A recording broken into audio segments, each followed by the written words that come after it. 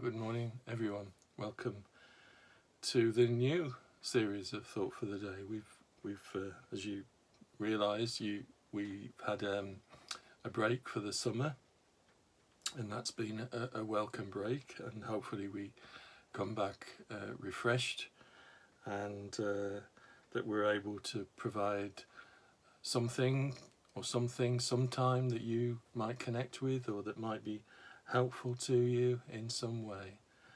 I hope you've had a good summer. I've had a good summer.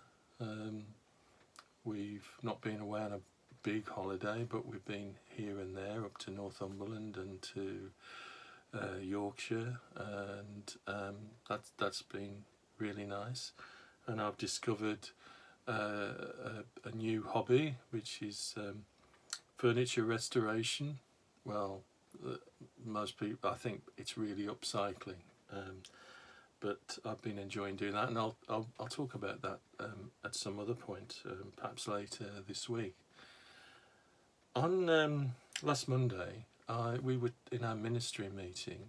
We were talking about the nature of hope, and I told a story that happened to me. Now, I'm always very cautious about telling stories or giving testimony, in that sometimes it might appear that the person giving that testimony is saying, oh, look at me, you know, God's blessed me in such a great way, and it ceases then to be about God but about the person.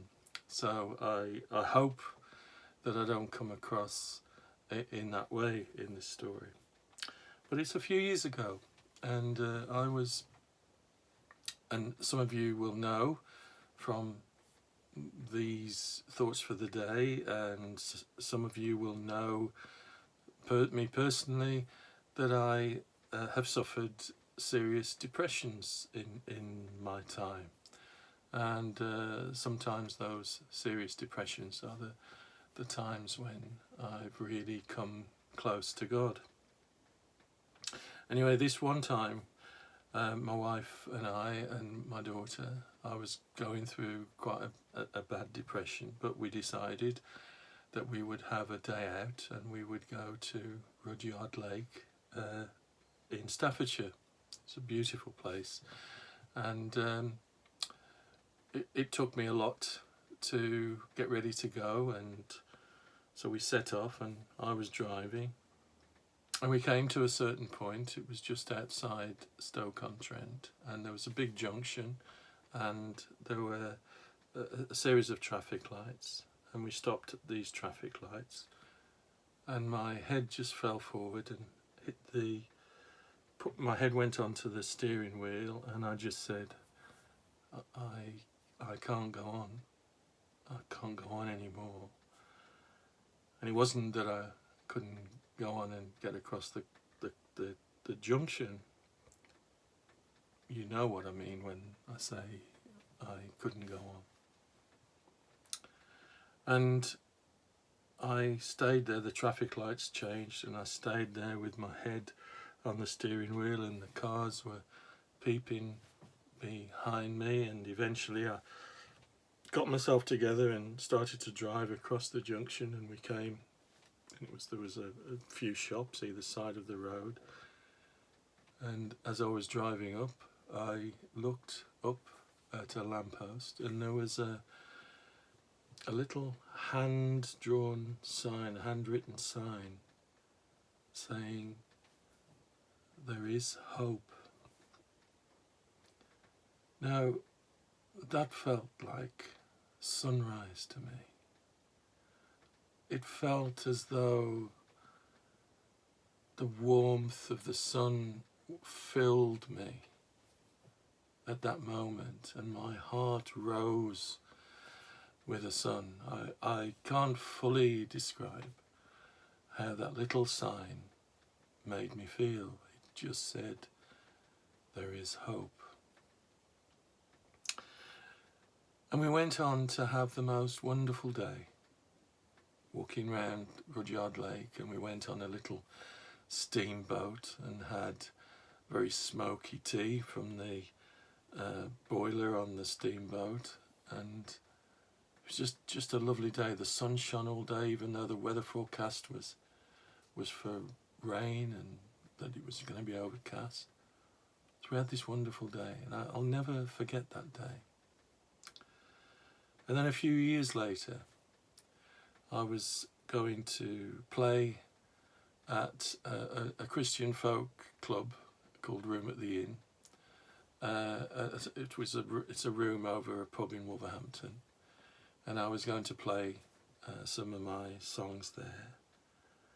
And there was a band on that night as well, and the lead singer and guitarist in the band gave a little testimony, and he was he talked about him having been in prison, and that he was a burglar. He burgled houses before he became a Christian, and he became a Christian in prison. Now, when he burgled, the local press had a nickname for him called Flannel Feet. Now, my wife Maureen remembers this because she is from Stoke-on-Trent, and she remembers these news pieces when she was younger about Flannel Feet the burglar. And the reason he was called Flannel Feet was because he never left the place in disarray. No one knew he'd been in there until they went for something and they found it was missing.